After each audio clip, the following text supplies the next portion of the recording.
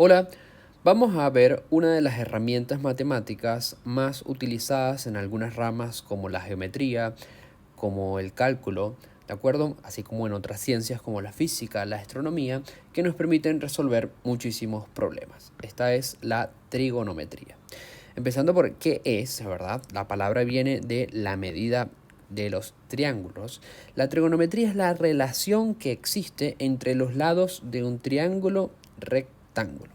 Bien, entonces el señor Hiparco de Nicia, ¿verdad? Nicia era una antigua ciudad en Turquía, de ahí nació, fue un astrónomo que justamente se considera el padre de la trigonometría porque inventó estas relaciones para resolver problemas de la astronomía. Necesitaba medir ciertas magnitudes y algunos ángulos entre estrellas, distintos problemas que necesitó resolver.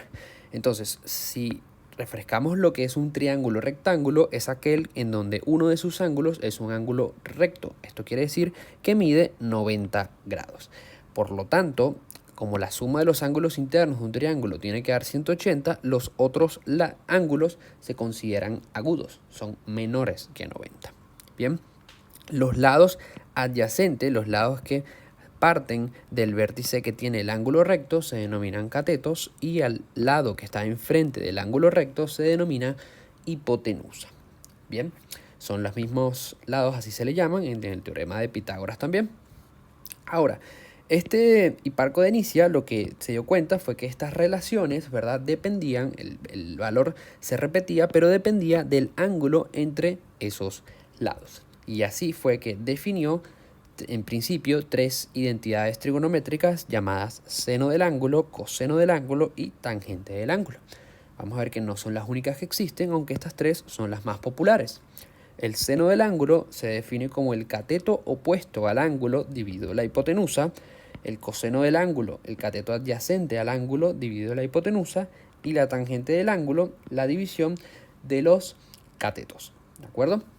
Entonces, es muy importante identificar de qué ángulo entre alfa y beta estamos hablando, porque si hablamos de alfa y calculamos su seno, el seno de alfa, en este caso su cateto opuesto sería b, y la hipotenusa va a ser siempre la misma c, por lo tanto el seno del ángulo alfa sería b dividido c.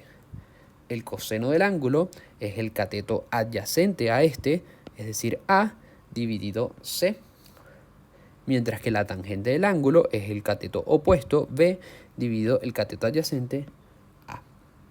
La tangente muchas veces también se define como la división entre el seno y el coseno. Fíjense que si hacemos la división de estos dos, las hipotenusas se cancelarían y justamente nos queda cateto opuesto sobre cateto adyacente, que es la tangente del ángulo alfa. Bien. Si quisiéramos aplicar lo mismo para beta, bueno, justamente lo que cambia es el opuesto y el adyacente, porque en el caso del seno, que es cateto opuesto, el cateto opuesto al ángulo beta es A, la hipotenusa sigue siendo la misma, el cateto adyacente al ángulo beta es B, la hipotenusa sigue siendo la misma, y el cateto opuesto sobre el adyacente sería ahora A dividido B. ¿De acuerdo? Más adelante, cuando veamos las identidades, vamos a ver que existe una relación. Noten que estos valores se intercambian, ¿no? Ahora el seno de alfa es igual al coseno de beta. Eso va a ser una propiedad cuando los ángulos suman 90. O también que la tangente es el recíproco. En vez de b sobre a sobre b. Ahora, estas son las tres más famosas, las tres identidades más importantes. Bien, pero también tenemos otras relaciones, se definen también la cosecante del ángulo, la secante del ángulo y la cotangente del ángulo. Son los recíprocos de las anteriores. ¿Qué quiere decir recíproco? El inverso multiplicativo, ¿no? Recordemos, si a es un número, su inverso multiplicativo es 1 sobre a. Entonces, la cosecante del ángulo es el inverso o el recíproco del seno. Y si el seno se definió como cateto opuesto sobre hipotenusa, entonces la cosecante es hipotenusa sobre cateto opuesto. La secante es el recíproco del coseno, es hipotenusa sobre adyacente. Bien, secante es 1 sobre coseno. Y la cotangente es el recíproco o el inverso multiplicativo de la tangente. Por eso 1 sobre tangente. ¿De acuerdo?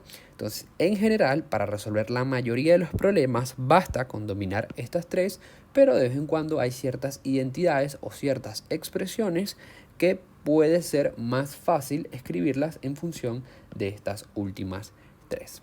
Aún, repito, estas tres no las enseñan en todos lados, ¿verdad? Son útiles iguales, pero si solo están estudiando estas de arriba, vamos a ver que de igual forma se pueden resolver todos estos problemas.